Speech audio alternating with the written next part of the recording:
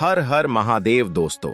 सावन में सोमवार के दिन शिवलिंग पर चढ़ाने वाले जल के लोटे में डाल देना ये छोटी सी चीज भगवान भोलेनाथ के आशीर्वाद से आपके घर में खुशियां आएंगी और हर मनोकामना पूरी होगी।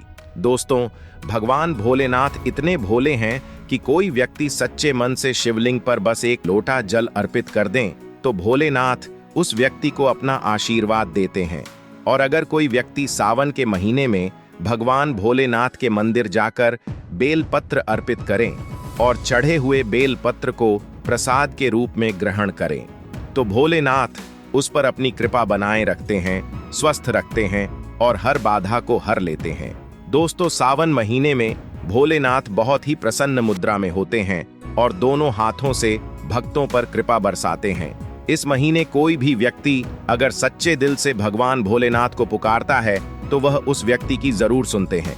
दोस्तों, सावन के महीने में शिव भक्त भगवान भोलेनाथ को प्रसन्न करने के लिए कच्चे दूध से, दही से, गंगा जल से, पंचामृत से और शहद से भी अभिषेक करते हैं। मुख्य 3 तरह का जल शिवजी को समर्पित होता है और तीनों तरह के जल का अलग अलग भाव होता है। जैसे कि साधारण जल आप सच्चे मन से शिवलिंग पर अर्पित कर सकते हैं और उसके बाद बेल पत्र, धतूरा, बेर चढ़ा सकते हैं। जल चढ़ाते हुए पात्र में अन्य सामग्री न मिलाएं, जैसे पुष्प जल में मिलाने से उसकी पवित्रता खत्म हो जाती है। जब फूल को जल में डालते हैं तो उसे जल देवता स्वीकार कर लेते हैं।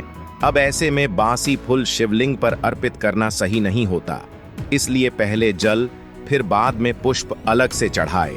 अब देखते हैं जल चढ़ाने का दूसरा तरीका। एक कलश जल में जरा सा इत्र मिलाकर शिवलिंग पर समर्पित करें। खासकर अगर कोई व्यक्ति बीमारी से घिरा रहता है तो उसके हाथ से स्पर्श करा के शिवलिंग पर चढ़ाना चाहिए। दोस्तों, एक बात हमेशा ध्यान रखें कि कभी भी शिवलिंग पर शंख से जल नहीं चढ़ाना चाहिए। शिव पुराण के अनुसार शिवजी ने शंखचूड़ नाम के दैत्य का वध किया था और शंख उसी की हड्डियों से उत्पन्न हुआ था, इसलिए शंख से जल नहीं चढ़ाया जाता और ना ही शिवलिंग पर तुलसी अर्पित करनी चाहिए। इसके अलावा दोस्तों, स्कंद पुराण में लिखा है कि सावन के महीने में 108 की महिमा है।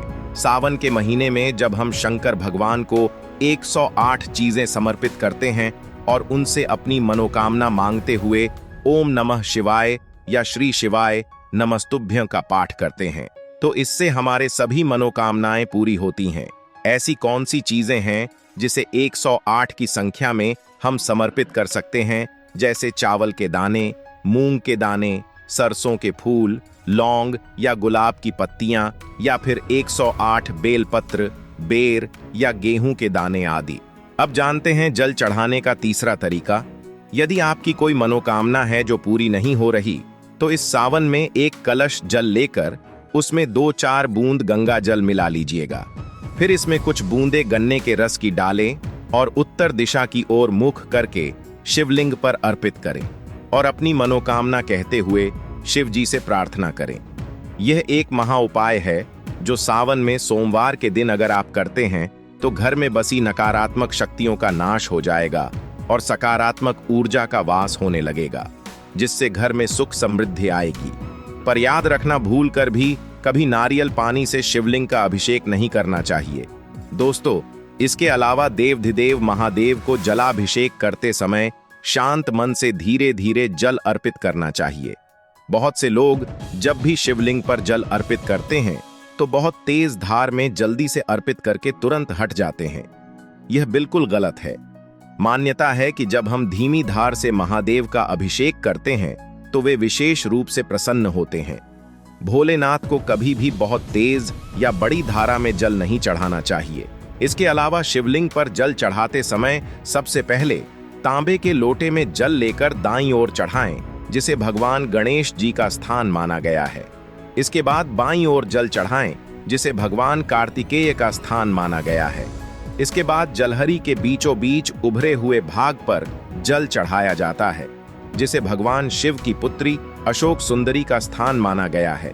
इसके बाद जहां शिवलिंग रखा होता है वो मां पार्वती के हस्तकमल हैं, उन पर जल चढ़ाएं और सबसे आखिर में शिवलिंग पर धीमे धीमे जल चढ़ाएं।